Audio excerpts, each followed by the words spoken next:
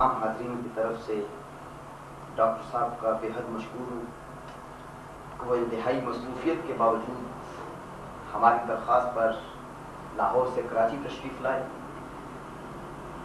Doctor صاحب کو یہاں زحمت دینے کا مقصد ایک تو یہ ہے کہ پاکستان میں ہمیں ڈاکٹر صاحب کے علاوہ دوسری ایسی کوئی شخصیت شاید ہی نظر آئے کہ جس کا لب و لہجہ، طرز تخاطب اور انداز استدلال ایسا ہو جو مختلف الخیال سامعین کے جذبے تجسس و تحقیق کی تسکین کر سکے، اور دوسرا اس تحریک کے بارے میں کہ جس کے لیے ڈاکٹر صاحب جد و جہد کر رہے ہیں، قیام خلافت، زیادہ سے زیادہ آگاہی حاصل کرنا ہے تاکہ ہم اسلام کے اس بنیادی مسئلے کے زیادہ سے زیادہ پہلوؤں سے آگاہی حاصل کر سکیں۔ یہاں پر ہم نے آج 2 نشستوں کا آغاز کیا ہے۔ پہلی نشست میں ڈاکٹر صاحب اسی حوالے سے اظہار خیال کریں گے، اور دوسری نشست میں یہاں پر مختلف الخیال سامعین کے ذہنوں میں جو مختلف سوالات ہیں ڈاکٹر صاحب اس کا جواب دیں گے۔ میں گزارش کروں گا ڈاکٹر صاحب سے کہ وہ اپنی گفتگو کا آغاز کریں۔ نحمده ونصلي على رسوله الكريم، اما بعد فاعوذ بالله من الشيطان الرجيم، بسم الله الرحمن الرحيم۔ وعد الله الذين آمنوا منكم وعملوا الصالحات ليستخلفنهم في الأرض كما استخلف الذين من قبلهم وليمكنن لهم دينهم الذي ارتضى لهم وليبدلنهم من بعد خوفهم أمنا يعبدونني لا يشركون بي شيئا ومن كفر بعد ذلك فأولئك هم الفاسقون۔ صدق الله العظيم۔ رب اشرح لي صدري ويسر لي أمري واحلل عقدة من لساني يفقهوا قولي۔ ابھی آپ نے جو تعارف کرایا ہے اس نشست کا، گفتگو کا، اس میں ثانوی طور پر ذکر ہوا ہے نظام خلافت یا طریق خلافت کا، لیکن اس سے پہلے یہاں مجھے یہ بتایا گیا کہ مجھے خلافت کے بارے میں کچھ بنیادی باتیں یہاں روشنی کرنی ہے۔ سب سے پہلی بات تو یہ کہ خلافت کہتے کسے ہیں؟ انگریزی میں آپ اسے وائس ریجنسی کہیں یا وائس ریجنسی کہیں، دونوں ٹھیک ہے۔ نیابت، کسی کی طرف سے کہیں حکومت کرنا، کسی کی جانب سے ڈیلیگیٹڈ اتھارٹی کو استعمال کرتے ہوئے فیصلے کرنا، یہ خلافت ہے۔ چنانچہ جو نظام ہمارے ہاں تھا جبکہ برطانیہ کے ہم غلام تھے، کہ ہماری بادشاہ ہماری ملکہ یا بادشاہ ہوتا تھا ہندوستان میں، اور وہ زمانہ سوچیے 1857 سے شروع ہوا وکٹوریہ کا رول، کہ نہ کوئی ابھی تار تھا، نہ یہ سارے ٹیلی ویژن اور ساری چیزیں میں سے کچھ نہیں تھی، کوئی کمیونیکیشن کے چینلز نہیں تھے، ڈاک بھی غالباً کئی مہینوں میں پہنچتی ہوئی آئی ہی جا سکتی تھی۔ تو اس اعتبار سے انہوں نے یہاں وائس رائے رکھ دیا۔ کیا ریلیشن شپ تھا؟ اصل ساورن تو مکہ ہے یا بادشاہ ہے، جو وائس رائے ہے اس کا کام کیا ہے کہ ہر میجسٹریز گورنمنٹ یا ہند میجسٹریز گورنمنٹ کا جو حکم آئے وہ تو جون کا تون نافذ کیا جائے، اس میں کوئی آلٹریشن کرنے کا اسے اختیار نہیں۔ لیکن جہاں کوئی حکم نہیں ہے تو چونکہ وہ اپنی اسپاٹ موجود ہے تو اپنے قوت فکریہ سے کام لے اور فکر کرے، سوچے کہ ان کی جو امپائر تھی اس کے بہترین مصلحت میں اور مفاد میں کیا بات ہوگی، وہ طے کر کے نافذ کرتے ہیں۔ تو یہ اسی کا نام اجتہاد ہے۔ اسی کو آپ اب یوں سمجھیے کہ اللہ ہے ساورن، اور اللہ تعالیٰ نے انسانوں کو دی ہے خلافت۔ ساورن اگرچہ ہر جگہ موجود ہے، میرے ساتھ بھی ہے، آپ کے ساتھ بھی ہے، وہ معکم ہے نہ معکوم تو وہ تمہارے ساتھ ہی ہوتا ہے جہاں کہیں بھی تم ہو۔ وَنَحْنُ أَقْرَبُ إِلَيْهِ مِنْ حَبْلِ الْوَرِيدِ، ہم تو انسان سے اس کی شہرت سے بھی زیادہ قریب ہیں، لیکن ہمارے اس کے درمیان غیب کا ایک پردہ ہے، اس کی بنا پر اس کے احکام براہ راست ہمیں نہیں ملتے۔ بلکہ اس کے احکام وحی کے ذریعے سے انبیاء کو دیے گئے. تو جب تک کہ نبوت جاری تھی نبی ہی خلیفہ ہوتا تھا، اس لیے کہ اصل ساورن کے ساتھ اس کی ہاٹ لائن اسٹیبلش تھی. وحی جو ہے آ رہی ہے اور اس وحی کی تنفیذ کر رہا ہے.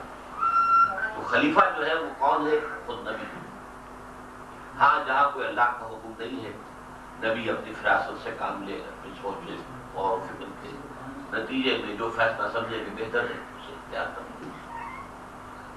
چنانچہ ہم دیکھتے ہیں قرآن مجید میں کہ حضرت داؤد کے بارے میں فرمایا گیا کہ یا داؤد انا جعلناک خلیفۃ فی الارض، اے داؤد ہم نے تمہیں زمین میں خلیفہ بنایا.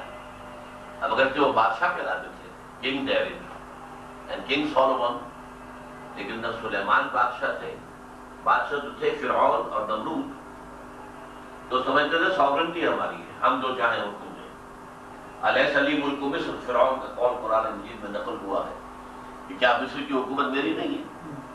وہذہ الانہار تجری من تحتی، یہ سارا آبپاشی کا نظام میرے کنٹرول میں ہے، جس کا چاہوں موگا بند کر دوں اور جس کا چاہوں کھول دوں.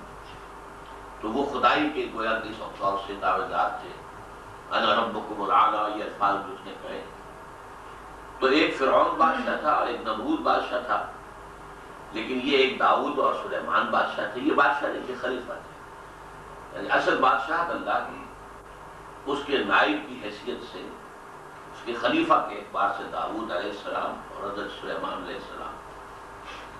تو جب تک نبوت جاری رہی خلافت گویا کہ من جانب اللہ ہوتی تھی. مامور من اللہ، نبی جو ہے اللہ کی طرف سے وہاں معمور ہوتا ہے، پھر وہ معصوم ہوتا ہے، اسے کوئی خطا نہیں ہو سکتی، اس کے اوپر کوئی چیکس اینڈ بیلنسز کی ضرورت نہیں ہے. چنانچہ یہی کیفیت تھی. حضور صلی اللہ علیہ وسلم بھی مدینے میں تشریف لے گئے ہیں تو وہاں خلافت کس کی تھی؟ حضور. اگر یہ لفظ ہم استعمال نہیں کرتے، حضور کے لیے نبوت رسالت اتنے اونچے الفاظ ہیں کہ یہ نیچے لانا جو ہے خلافت کا وہ استعمال نہیں ہوتی. خلیفہ تو وہی تھے، حکمران وہی تھے. لیکن جب نبوت ختم ہو گئی تو اب یہ کلیکٹیو افیئر بن گیا. کلیکٹیو وائسریجنسی آف دی مسلم امہ، امت اسلامیہ کی ایک اجتماعی خلافت. اور اس کے پیرلل سمجھ لیجئے جیسے فرعونیت اور قانونیت انہوں نے بھی رنگ بدلا تھا، اور وہ ساورنٹی ایک شخص کی بجائے پاپولر ساورنٹی، اب عوامی حاکمیت کا تصور آ گیا. اسی طریقے سے بلکہ یوں سمجھنا چاہیے کہ پہلے اسلام میں آیا ہے پھر ان کے پاس آیا. اسلام نے جو ہے ایک کلیکٹیو وائس ایجنسی کا کانسیپٹ کیا اور خلافت کا نظام اب مسلمانوں کی ایک اجتماعی ایک انسٹیٹیوشن کی حیثیت ہو گئی. اور ظاہر بات ہے وہ انفیلیبل نہیں ہے، انسان ہے، نبی نہیں ہے، معصوم نہیں ہے، لہٰذا بنیادی نوعیت میں تبدیل ہو گئی. وہ معمور من اللہ نہیں ہے بلکہ وہ لوگوں کی رائے سے بنے گی. تو لیکن خلافت ہے اگر نقش قدم پر چل رہے ہیں تو یہ جو خلافت ہے کلیکٹیو، اس کے دو دور ہیں جن کی خبر دی گئی ہے حدیث میں. یہ حدیث بڑی پیاری ہے، میں لے کے آیا ہوں آپ کے لیے. وہ اس کی چھوٹا سا 4 ورقہ ہم نے شائع کیا ہوا ہے، خلافت سے متعلق احادیث جو ہے اس میں. تو ایک حدیث بہت اہم ہے، حضرت نعمان بن بشیر سے رضی اللہ تعالی عنہ. فرماتے ہیں کہ حضور نے ارشاد فرمایا تکون النبوۃ فیکم ما شاء اللہ ان تکون، اے مسلمانوں نبوت تمہارے مابین رہے گی جب تک اللہ چاہے گا کہ رہے. ثم یرفع اللہ اذا شاء یرفعها، جب چاہے گا اللہ اٹھا لے گا. یعنی میں رہوں گا جب تک اللہ چاہے گا، پھر جب اللہ چاہے گا مجھے اٹھا لے گا. ثم تکون خلافۃ علی منہاج النبوۃ، پھر ایک دور آئے گا خلافت علی منہاج النبوۃ، خلافت نبوت کے نقش قدم پر. منہاج طریقہ کہتے ہیں، تو بالکل نقش قدم نبوت کا جو ہے اسی پر خلافت قائم ہوگی. فتکون ما شاء اللہ ان تکون، وہ بھی رہے گی جب تک اللہ چاہے گا. ثم یرفع اللہ اذا شاء یرفعها، پھر اللہ چاہے گا جب چاہے گا اس کو بھی اٹھا لے گا. ثم تکون ملکا عاما، پھر ایک دور آئے گا کاٹ کھانے والی ملوکیت. یہ دور بنو امیہ اور دور بنی عباس، اور یہ دور جو سلاطین، میں خلفاء نہیں کہہ رہا، سلاطین عثمانیہ جو ہے ان کا دور جو ہے ظالم حکومت، انہی کے دور میں کربلا کا حادثہ ہوا، انہی کے دور میں واقعہ حرہ ہوا، انہی کے دور میں سینکڑوں تابعی شہید کیے گئے، انہی کے دور میں جو یہاں لے کر آیا تھا اسلام محمد بن قاسم، اسے بھی واپس بلا کر جو ہے گردن اڑا دی گئی۔ موسیٰ ابن نصیر ان کو بھی سخت ترین سزا دی گئی۔ یہ ظالم کاٹ کھانے والی حکومت، اور اس کو حضور نے فرمایا ملوکیت، خلافت کا استعمال نہیں کیا، ملکن عاقن، کاٹ کھانے والی، کٹ کھنی ملوکیت۔ ثم تکون ملکن جبریا، پھر اس کے بعد ایک اور دور آئے گا جو ملوکیت ہوگی مجبوری والی۔ پہلے لوگوں نے کیا سمجھا ہوگا اس کا مفہوم آئی کانٹ سے، لیکن آج ہماری نگاہوں میں واضح ہے کہ جو کلونیل رول آیا ہے امت مسلمہ پر، یعنی اب ہم غلام ہو گئے۔ وہ خلافت تو ختم ہوئی تھی، پھر ملوکیت ہماری اپنی تو تھی نا، کم سے کم مسلمان تو تھے، کلمہ گو تو تھے۔ اب یہ ہے کہ ملکہ وکٹوریہ ہماری حاکم ہو گئی، یا کہیں کوئی اور، کہیں کوئی اور، پورا عالم اسلام جو ہے کلونیلزم کے تحت آ گیا۔ تو یہ دور جو ہے اس کو حضور نے تعبیر فرمایا ملکن جبریہ۔ یہ دور اگرچہ ابھی ختم نہیں ہوا ہے، اس لیے کہ بائی پراکسی ابھی وہی حکومت ہم پر کر رہے ہیں۔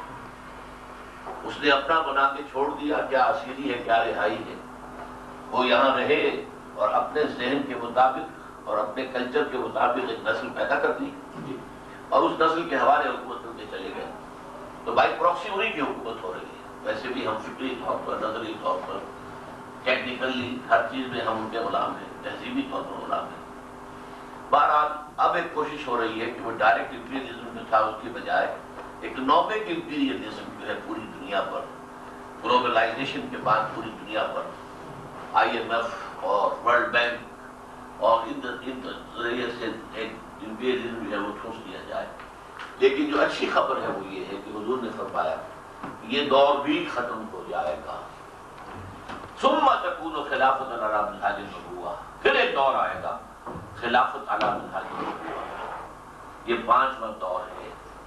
اب ظاہر بات ہے کہ ایک طرف گلوبلائزیشن اور نیو ورلڈ آرڈر یا نیو ورلڈ آرڈر کی طرف کوشش ہو رہی ہے، اور ایک طرف حضور نے فرمایا کہ نہیں، جسٹ ورلڈ آرڈر آف اسلام وہ پوری دنیا کو گورن کرے گا۔ یہ تو اب دیکھنے کی بات ہے کہ کب صورت کیا شکل اختیار کرتی ہے۔ بہرحال خلافت کا میں نے عرض کیا کہ خلافت جب تک نبوت جاری تھی نبی ہی خلیفہ ہوتا تھا، جب نبوت ختم ہو گئی تو اب وہ خلافت منتقل ہو گئی امت کو کلیکٹیولی، کہ وہ اجتماعی طور پر اب خلیفہ ہیں، وہ اپنے میں سے کسی خلیفہ کو منتخب کریں گے مشورے سے، امرہم شورا بینہم۔ یہ خلافت ہے کہ جس کا پہلا دور ہو چکا، خلافت راشدہ اسے ہم کہتے ہیں۔ حدیث میں لفظ یہ نہیں آیا ہے خلافت راشدہ، اس لیے کہ میں نے 2 مرتبہ بتایا حدیث میں خلافت علی منہاج النبوہ، ثم تکون خلافت علی منہاج النبوہ، تو خلافت علی منہاج النبوت دونوں جگہ کہا گیا ہے، لیکن فرق ہے کہ پہلا دور جو تھا خلافت علی منہاج النبوہ کا وہ خلافت راشدہ ہے۔ اس کی کچھ پیکیولیرٹیز ایسی ہیں اور وہ اختصاصی معاملات ایسے ہیں کہ کوئی دوسرا دور اب اس کے برابر ہم پلہ نہیں ہو سکتا۔ کیا وجہ ہے؟ وہ خلافت ضمیمہ تھی یا تتمہ تھی دور نبوت کا، اب نہ نبی آئے گا نہ اس طرح کی خلافت راشدہ حاصل ہوئی۔ نمبر 2، اس وقت لوگوں کا جو تزکیہ حضور نے کیا تھا صلی اللہ علیہ وسلم، اور نیت انٹینشنز کی پیورٹی جس انتہا کو پہنچائی تھی، اب اس کا کوئی امکان نہیں ہے کہ اس حد تک مخلص اور بے نفس لوگ پیدا ہو سکتے۔ نمبر 3، وہاں گریڈیشن تھی کہ ٹاپ پر 10 صحابہ ہیں، 10 مبشرہ، ایک قدر نیچے اتریے تو 313 صحابہ ہیں جو بدری ہیں، اور نیچے اتریے تو 1400 یا 1800 صحابہ ہیں جو صاحب بیعت رضوان ہیں، اور نیچے اتریے تو وہ لوگ ہیں جو فتح مکہ سے۔ یہ بات کون طے کرے گا کہ آیا کوئی نیا قانون جو ہم نے بنایا ہے یہ شریعت کے دائرے کے اندر ہے یا باہر نکل گیا؟ کوئی علماء کا بورڈ بنے گا، کیا ہوگا؟ یا ایران کی طرح کا کوئی رہبر بٹھا لیا جائے گا اوپر، ایک طرف پارلیمنٹ بھی ہے اور صدر بھی ہے اور وزیر اعظم بھی ہے اور سب کو لے کے اوپر بیٹھے ہوئے رہبر صاحب۔ آپ کو یاد ہوگا کہ جو بنی کیا نام تھا جو سب سے پہلے صدر بولے تھے؟ بنی صدر جی. تو بنی صدر جو ہے شاید 95% ووٹ لے کر آئے تھے، بلکہ شاید اس سے بھی زیادہ. لیکن امام خمینی کے ایک حکم سے وہ فارغ کر دیے. تو یہ تو تھیوکریسی کا نظام ہے. تو آج دنیا میں نے کہا کہ سب سے پہلے ڈیموکریسی دنیا کو سکھائی ہی اسلام نے. یہ 1400 برس قبل جو ہے کہ کلیکٹیو جو ہے وائس ریجنسی آف دی امہ، یہ گویا کہ ڈیموکریسی کے لیے یہ طرف پہلا قدم تھا. اور اسی کی پھر کاپی شیطان نے کروائی ان لوگوں سے کہ جو انسانی حاکمیت کے قائل تھے. انگلیس کے مجلس شورا میں علامہ اقبال نے کہلوایا ہے، ہم نے خود شاہی کو پہنایا ہے جمہوری لباس، جب ذرا آدم ہوا ہے خود شناس و خود نگر. تو یہ آدم کو خود شناس اور خود نگر بنانے والا اسلام تھا. بہرحال اب ہمیں تیسری چیز یہ لینی ہوگی کہ فیصلہ جو ہے جوڈیشری کرے گی، نہ تو کوئی علماء کی کونسل ہوگی، نہ کوئی رہبر ہوں گے، کیونکہ وہ تھیوکریسی بن جاتی ہے. Number 4، non-Muslims here will not be equal citizens. They will be protected minority. Protected ذمہ، جن کی حفاظت کا ذمہ لیا جاتا ہے. ذمہ اس کو کہتے ہیں جس کی حفاظت کا ذمہ لیا گیا. اور ہمارے یہاں یہ گالی بنا لی گئی ہے. اور جزیہ کیا ہے؟ بدل. جزا سے جزیہ ہے، یعنی آپ کو اس کا کوئی بدل دینا ہوگا. وہ ٹیکس جسے آپ کہتے ہیں، ٹیکس جو ہے وہ جزیہ ہے. مسلمان زکوٰۃ دے گا، عشر دے گا، اور ان سے جو ہے ان کے زمین سے جو ہے وہ خراج لیا جائے گا، اور انسانوں سے ٹیکس لیا جائے گا، جزیہ، آل ٹیکس.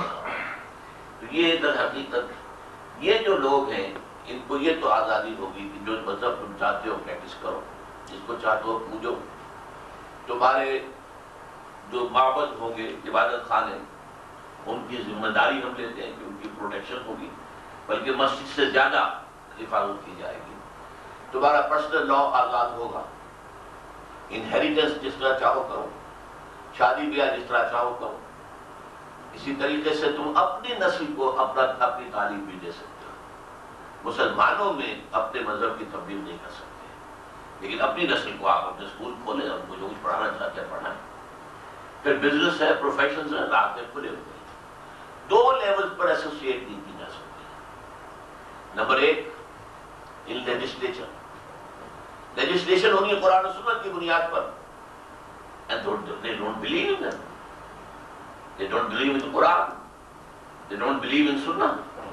تو ان کی پارٹیسپیشن اس میں نہیں ہوگی. نمبر 2، ہائیسٹ لیول پر جو پالیسی میکنگ ہوگی اور پالیسی ڈیسیجن ہوں گے، ان میں بھی غیر مسلم شامل نہیں ہوں گے. اس لیے کہ اسلامی ریاست کہیں بھی قائم ہو جائے، خلافت کہیں بھی قائم ہو جائے، اس کی ٹاپ پرائرٹی یہ ہوگی فورن پالیسی کے اعتبار سے کہ یہ ریاست پھیلے اور کی دنیا کے اندر جو ہے دوسرے علاقوں کے اندر خلافت کا انتظام قائم ہو.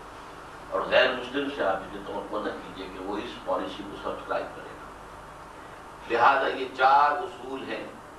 یہ میں نے ایک مرتبہ مسٹر سی ایم کول تھے جو کہ لاہور میں جو امریکن کانسولیٹ تھا اس میں تھے پولیٹیکل سیکرٹری. وہ میرے پاس آئے تھے، خلافت، آپ نے خلافت کی بات کرائی ہوئی ہے، خلافت کسے کہتے ہیں؟ میں نے کہا take your constitution, American constitution, and put these 4 things in it. Sovereignty to God, legislation within the limits of the Quran and Sunnah, and whether it is within the limit or outside the limit, it will be decided by judiciary.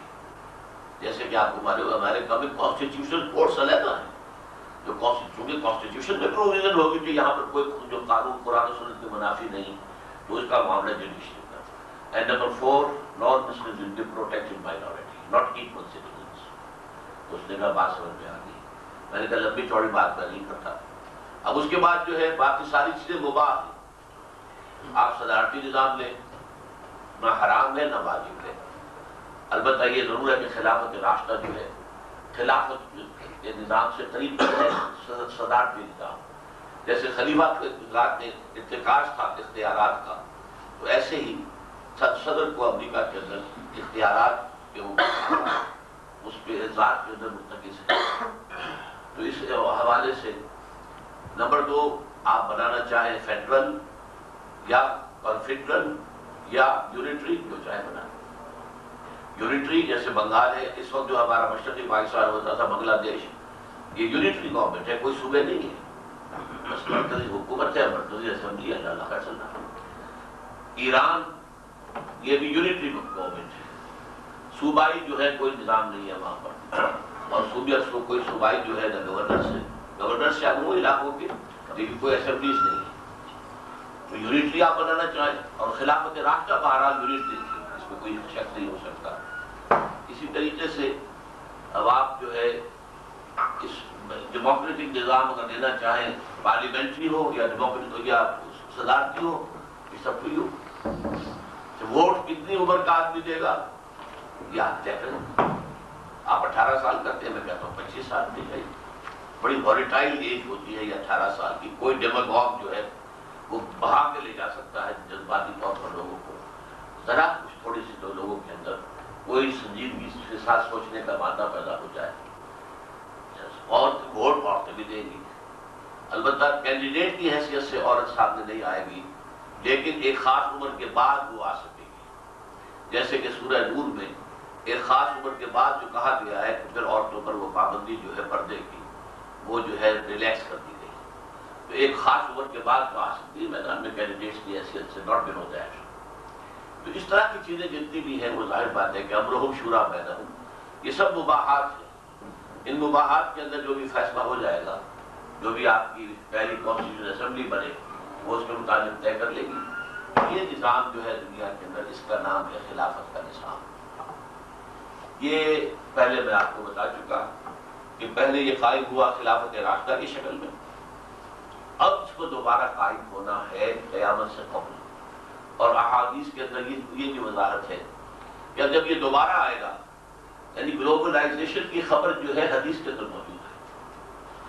مسلم شریف کی روایت ہے کہ حضور کے ایک غلام نے ثوبان رضی اللہ تعالیٰ عنہ، حضور نے آزاد کر دیا تھا، تو مولا کہلاتے تھے پھر وہ لوگ، موالی، حوالی موالی جس لفظ سے سوال ہوتا ہے، تو وہ مولا، وہ ثوبان جو حضور کے مولا ہیں، وہ کہتے ہیں کہ حضور نے فرمایا ان اللہ صبا لی الارض، میرے لیے اللہ نے پوری زمین کو لپیٹ دیا، فرأیت مشارقہا و مغاربہا، تو میں نے مشرق بھی سارے دیکھ لیے، مغرب بھی سارے دیکھ لیے، وَإِنَّ أُمَّتِي سَيَبْلُغُ مُلْكُهَا مَا ذُوِيَ مِنْهَا، تو میری امت کی حکومت ان تمام علاقوں پر قائم ہو کر رہے گی کہ جو مجھے زمین کو سکیڑ کر یا لپیٹ کر دکھا دیے تھے۔ یہ فیصلہ ہے، یہ خبر دی ہوئی اس کی جو الصادق المصدوق ہے، جو سچے ہیں، جن کی سچائی پہ اللہ تعالیٰ گواہ ہے۔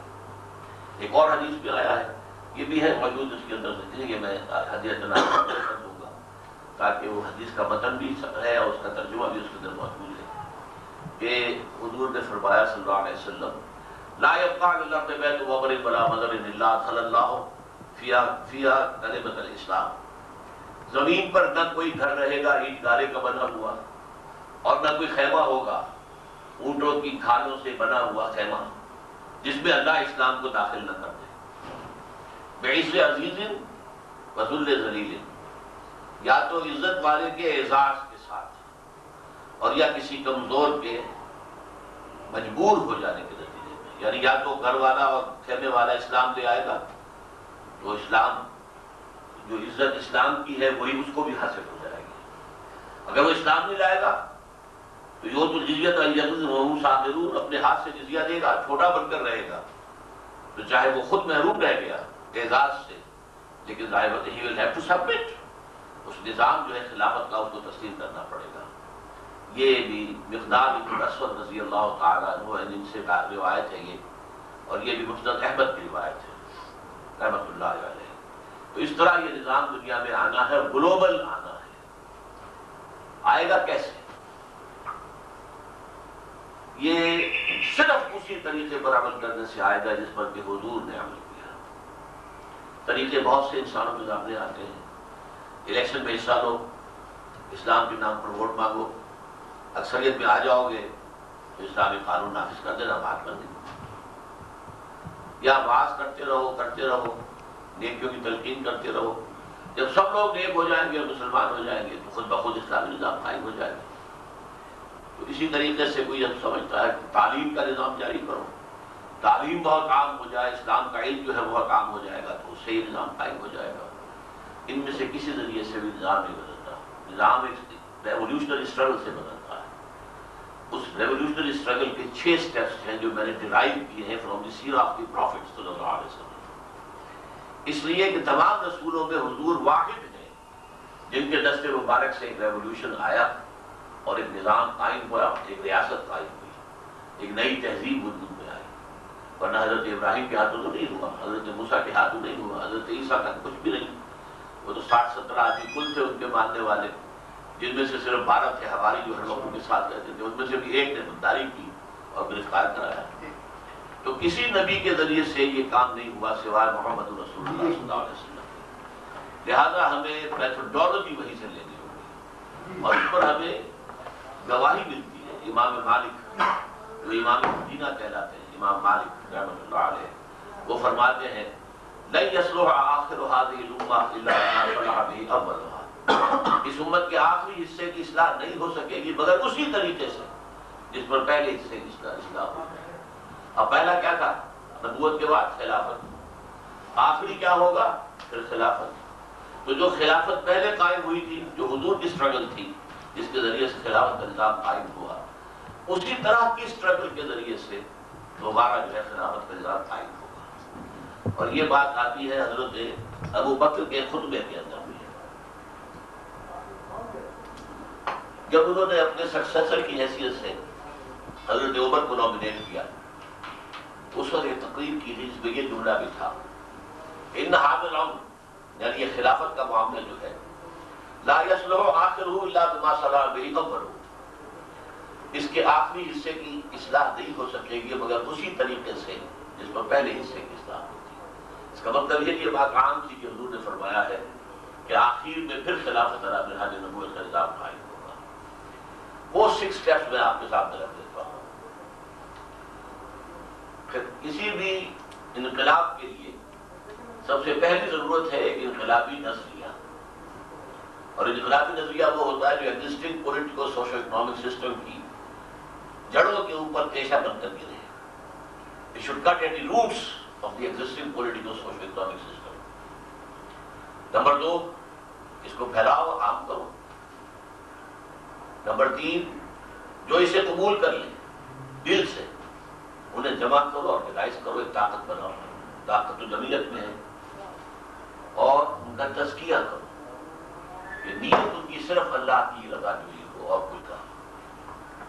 اور پھر جب تک طاقت کافی نہ ہو کہ آپ نظام ایگزسٹنگ نظام کے ساتھ کوئی جنگ مول لے سکیں، اس وقت تک یہ ہے کہ صبر کرو، تمہیں ستایا جائے، مارا جائے، تمہیں گالیاں دی جائیں، تمہارا استہزاء کیا جائے، مذاق اڑایا جائے، برداشت، نو ریٹیلیشن واٹس، اسے میں کہتا ہوں پیسو ریزسٹنس۔ کھڑے رہو اپنی جگہ پر، پیچھے نہیں ہٹنا، لیکن ہر پرسیکیوشن کو ویدر وربل اور فزیکل برداشت۔ پھر جب محسوس ہو کہ ہمارے پاس اب طاقت اتنی ہے we can risk a head-on collision with the system, existing system، تو پھر اس نظام کو کہیں سے چھیڑو جس کے نتیجے میں ڈائریکٹ کلیش ہوگا۔ اور یہ 6th اور فائنل سٹیپ ہوگا جو حضور کی سیرت میں تو ہوا ہے، آرم کنفلکٹ، جنگ، ادھر کفار ادھر اہل ایمان، وہ ان کو قتل کر رہے ہیں، یہ ان کو قتل کر رہے ہیں۔ سورہ توبہ کی ایک آیت میں ہے یقاتلون فی سبیل اللہ فیقتلون ویقتلون، وہ اللہ کی راہ میں قتال کرتے ہیں تو قتل کرتے بھی ہیں، قتل ہوتے بھی ہیں۔ مسلمانوں کو یہ ضمانت نہیں دی تھی اللہ نے کہ تم میری راہ میں جنگ کرو، تم قتل نہیں ہوگے، نہیں، تمہیں جان دینی ہوگی، تم شہید کہلاؤ گے، تمہارا رتبہ اونچا ہوگا۔ تو یقاتلون فی سبیل اللہ فیقتلون ویقتلون۔ میں نے جو اس موضوع پر کتاب لکھی ہے منہج انقلاب محمدی صلی اللہ علیہ وسلم، منہج انقلاب نبوی، اس میں آخری سٹیپ میں ترمیم کی ہے، اجتہاد کیا ہے کہ اس وقت جو معاملہ تھا وہ یہ تھا کہ ایک طرف کافر، ایک طرف مسلمان۔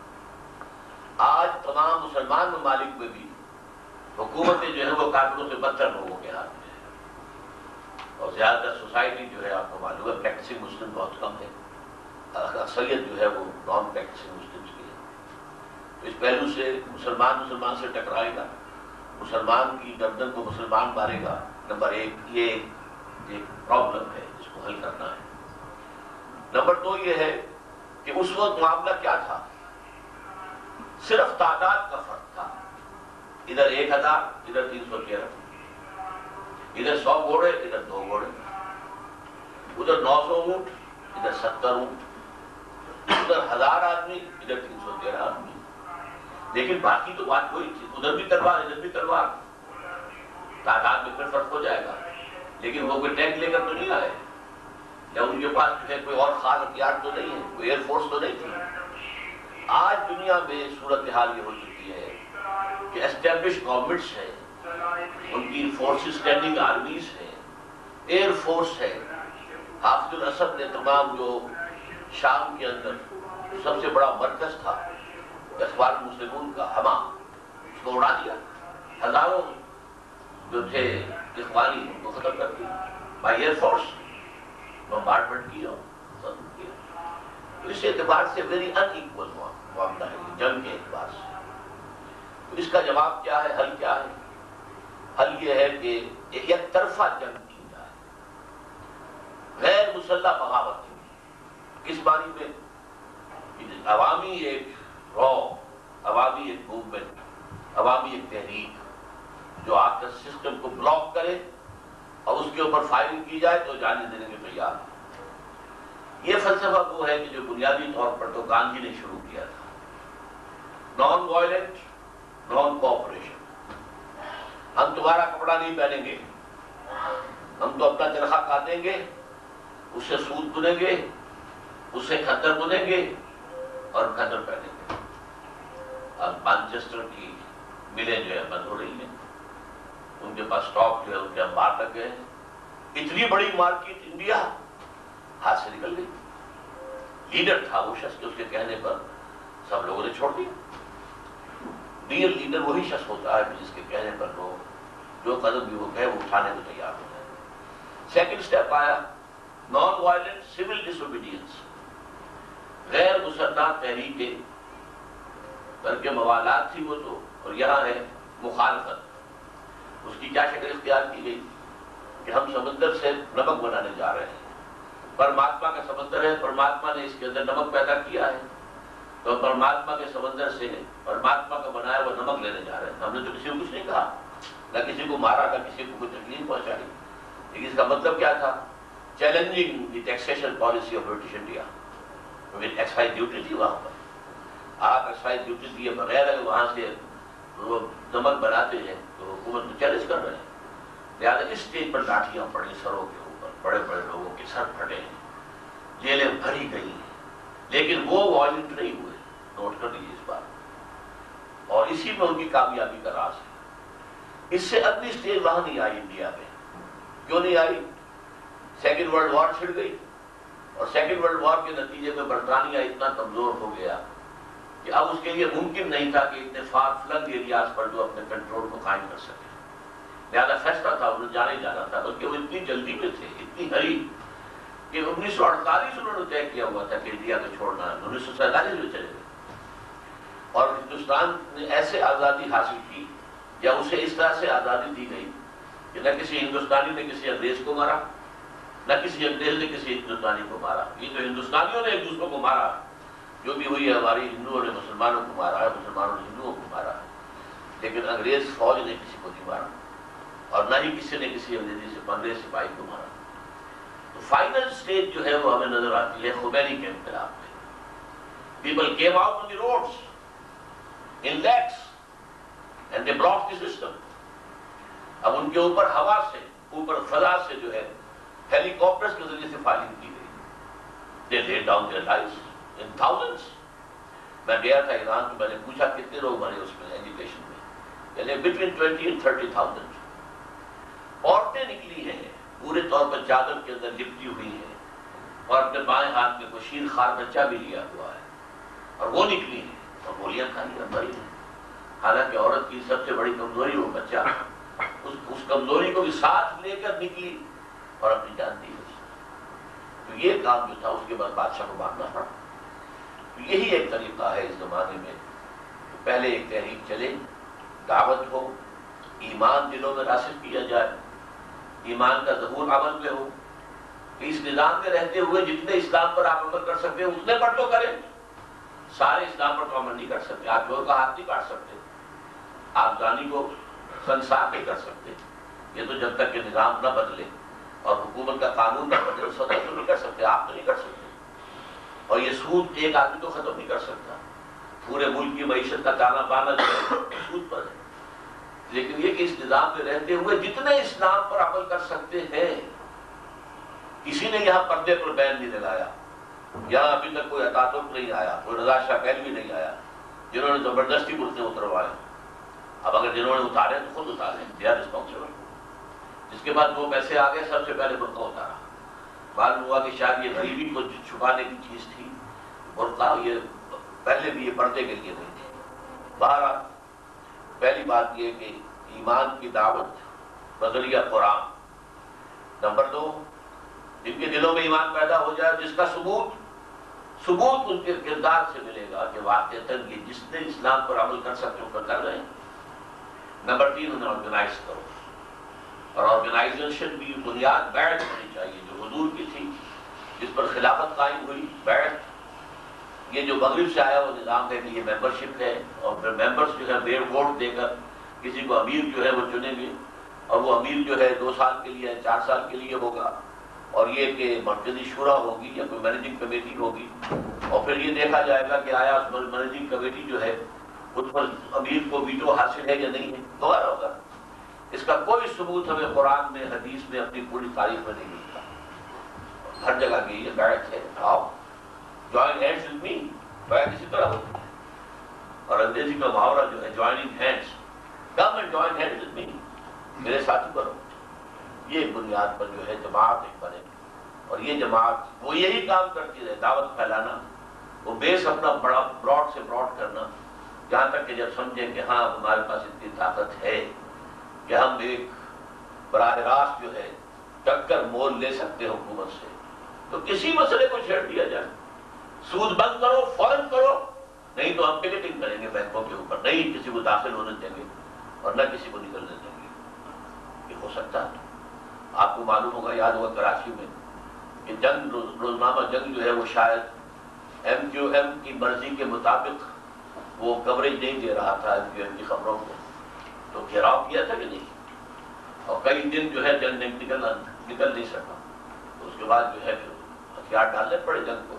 اور اس کے بعد اگر الطاف بھائی کو اگر چھینک بھی آ گئی تو وہ بھی خبر چھپتی تھی کہ آج الطاف بھائی کو چھینک آئی ہے. اس لیے کہ ظاہر بات ہے کہ اس کی مین پاور جو ہے اس نے اس کا مظاہرہ کر دیا کہ ہم نہیں چاہیں گے تو تمہارا پٹھا نکلے گا ہی نہیں.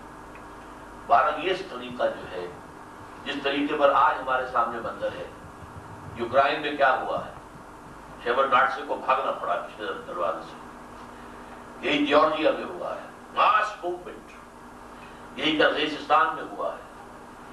لیٹن امریکہ کئی ملکوں میں یہی ہوا ہے، وداؤٹ اینی بلڈشیڈ. اس لیے کہ نیشنل آرمی جو ہے اگر فوج پر، اگر عوام پر گولیاں چلائے گی بھی تو ایک حد تک، ایک وقت پہ آ کر وہ ہاتھ اٹھا لے گی. نو مور شوٹنگ. ہمارے قوم کے لوگ ہیں بھائی. اور یہ بھٹو کے معاملے میں ہو گیا تھا. بھٹو نے چند روز پہلے کہا تھا اپنی کرسی کی دونوں ہاتھ پکڑ کر ہتھیاں کہ میری کرسی بہت مضبوط ہے. لیکن جب لاہور میں بریگیڈیئر محمد اشرف گودل نے ہاتھ اٹھا دیے کہ آئندہ ہم ان جلوسوں پر جو پی این اے کے نکل رہے ہیں ہم کوئی گولی نہیں چلائیں گے، 2 بریگیڈیئر اور سامنے ساتھ کھڑے ہو گئے. تو بھٹو کو پیغام پہنچ گیا کہ میری کرسی تو ہل گئی. ظاہر بات ہے کہ اس کے تو اپنے 2 ہی ہاتھ تھے، 2 ہی پاؤں تھے. سارا معاملہ تو تھا فوج کا، اور فوج اگر اب نہیں کر رہی ہے تعاون تو اس کی طاقت کہاں رہی. تو پھر اس کو بلانا پڑا پی این اے کی قیادت کو، ساری ڈائلاگ ہوئی اور معاملہ طے ہو گیا تھا. لیکن ضیاء الحق صاحب پہلے سے طے کیے بیٹھے تھے کہ انہوں نے قبضہ کرنا ہی کرنا، لہٰذا وہ معاملہ جو ہے ایک دوسرے نہج پر نکل گیا اور پی این اے کی تحریک کو ہائی جیک کر لیا ضیاء الحق نے. یہ ایک الگ چیز ہے. بہرحال یہ ہے طریقہ جس سے کہ وہ خلافت کا نظام آ سکتا ہے. میرا یہ خیال ہے کہ میں نے یہ 3 ایشوز آپ کے سامنے رکھ دیے. نمبر 1 یہ کہ خلافت اصلاً کیا ہے، اور خلافت جب تک کہ نبوت جاری تھی تو اس کی شکل کیا تھی، نبوت ختم ہوئی تو کیا شکل بنی، اس میں بھی پہلی جو ہے خلافت راشدہ اس کے کیا خصائص تھے، اب جو خلافت آئے گی اس میں ہمیں دنیا کے جو یوں سمجھیے کہ جیسے ہم کہتے ہیں کہ یہ ایئر کرافٹ ہے، اسی طرح ایک اسٹیٹ کرافٹ ہے. اسٹیٹ کی مشینری ہے، بڑی کمپلیکیٹڈ ہے، اور اس کو دنیا نے ڈیولپ کیا ہے. یہ جو اس کے 3 پلرز ہیں، ایک ایگزیکٹو ہے، ایک جوڈیشری ہے، ایک لیجسلیچر ہے. خلافت راستوں میں تو علیحدہ علیحدہ ایسے 3 پلر موجود نہیں تھے. انسٹیٹیوشن ڈیولپ کی ہے ویسٹ نے، ہمیں ان سے لینا. یہ لائٹ جو ہے یہ ویسٹ نے ایجاد کی ہے، ہم اسے استعمال کر رہے ہیں. لاؤڈ اسپیکر انہوں نے ایجاد کیا، ہم استعمال کر رہے ہیں. ہوائی جہاز ان کے بنائے ہوئے ان پر ہم سفر کر رہے ہیں. اسی طرح institutions we have to take them from them, لیکن ان انسٹیٹیوشن کے اندر ہمیں اپنے ان اصولوں کو ڈال دینا ہے. اور وہ اصول میں نے 4 آپ کو بتایا. sovereignty to God, no legislation at any level repugnant to the Quran and the Sunnah, and the judgment whether something is against Quran and Sunnah or not by the judiciary, and non-Muslims protected minority.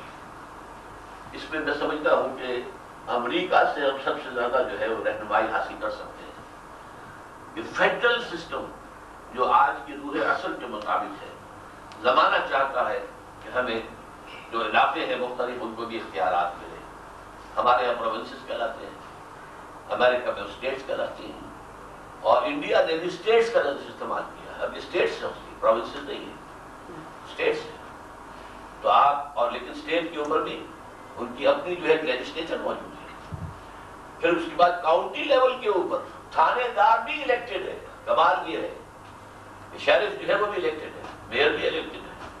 تو اس طرح سے جمہوریت کو انہوں نے جیسے grass root level کہلاتا وہاں تک پہنچایا. تو ہم ان سے بہت کچھ سیکھ سکتے ہیں. ٹیکنالوجی ان سے سیکھ رہے ہیں. تو یہی بھی ٹیکنالوجی ہے. یہ اسپیس کرافٹ اور ایئر کرافٹ کی طرح اسٹیٹ کرافٹ جو ہے یہ کوئی ایسا نہیں ہے کہ بہت ہی سمپل ادارہ ہو.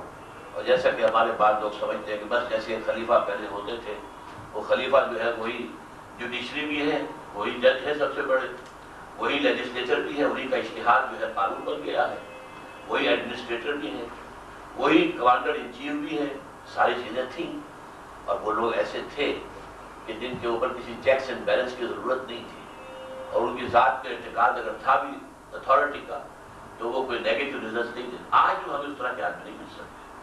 So we have to take the institutions from the best and then translate into them the 4 principles that I have enunciated. یہ کام ہے، اور ہوگا کیسے وہ بھی میں نے آپ کے سامنے رکھ دیا، اور یہ بھی میں نے آپ کو بتا دیا کہ الٹیمیٹلی یہ ہونا ہے.